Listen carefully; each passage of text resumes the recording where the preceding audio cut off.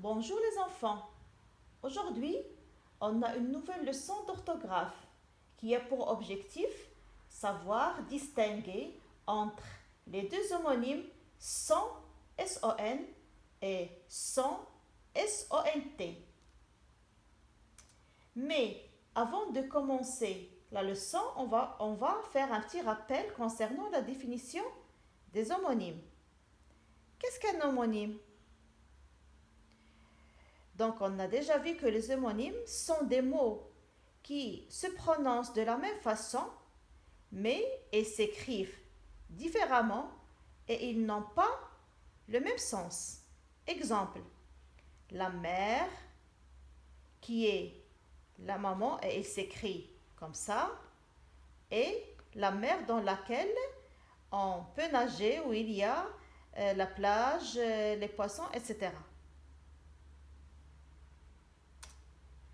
Regardez bien ces deux phrases. Ali utilise son portable pour étudier. Les élèves sont devant leur portable. Essayons ensemble de repérer les deux homonymes qui sont dans ces phrases-là. Bravo! Donc, les deux homonymes qui sont dans ces phrases-là sont son, S-O-N, et son, S-O-N-T. Donc, son et son sont des homonymes. Ils se prononcent de la même façon, mais ils s'écrivent différemment et ils ne veulent pas dire, ils n'ont pas le même sens. On va maintenant essayer de définir chaque homonyme. Et on va commencer par le son S-O-N-T. Regardez bien la phrase. Les élèves sont devant leur ordinateur. Bien sûr, vous avez pu remarquer que son S-O-N-T, c'est bien le verbe être conjugué au présent de l'indicatif à la troisième personne du pluriel. Sont est le verbe être conjugué au présent de l'indicatif à la troisième personne du singulier. Ça, vous le savez très bien. Et je passe à l'exemple suivant. Ali utilise son portable pour étudier. Dans ce cas, s'écrit S-O-N. On va voir ensemble ce que c'est. Vous remarquez ici que son est placé devant un nom qui est portable. Pourquoi? Pour marquer son appartenance. C'est le portable de qui? C'est son portable. C'est le portable de Ali. Donc son marque l'appartenance du portable. Le portable appartient à Ali. Dans ce cas-là,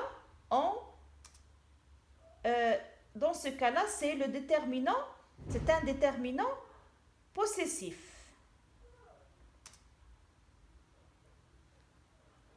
On passe maintenant à autre chose.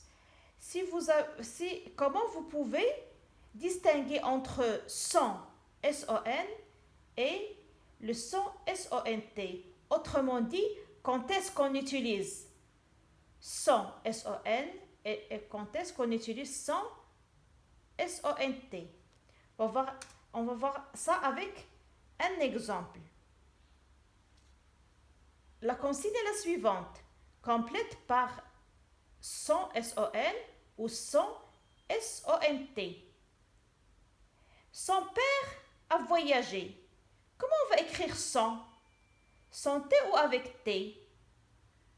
On va voir. Si je peux remplacer son avec mon, donc c'est un déterminant possessif. Et il va s'écrire S-O-N. Je vais mettre ici mon. Mon père a voyagé. C'est une phrase correcte. Donc, on va écrire son S-O-N. Son père a voyagé.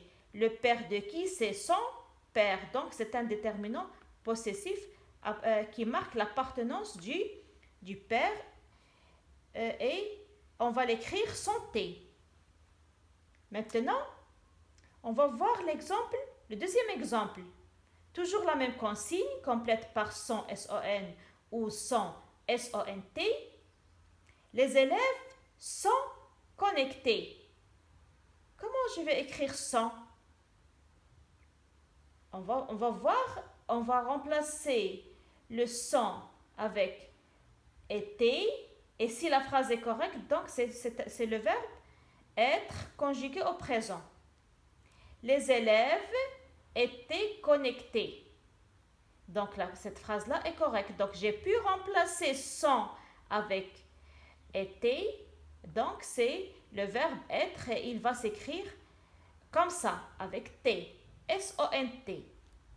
Et la phrase, la bonne réponse est les élèves sont connectés. Le verbe être conjugué au présent à la troisième personne du pluriel. Pour conclure,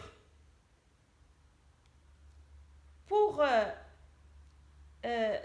la conclusion, la règle sont S-O-N-T, c'est le verbe être conjugué au présent de l'indicatif.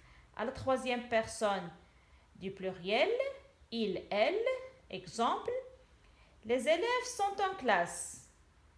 Son, S-O-N, est un déterminant possessif. Il peut être remplacé par mon ou ton. Exemple, il range son cahier. Il range mon cahier. Ce sera tout pour aujourd'hui.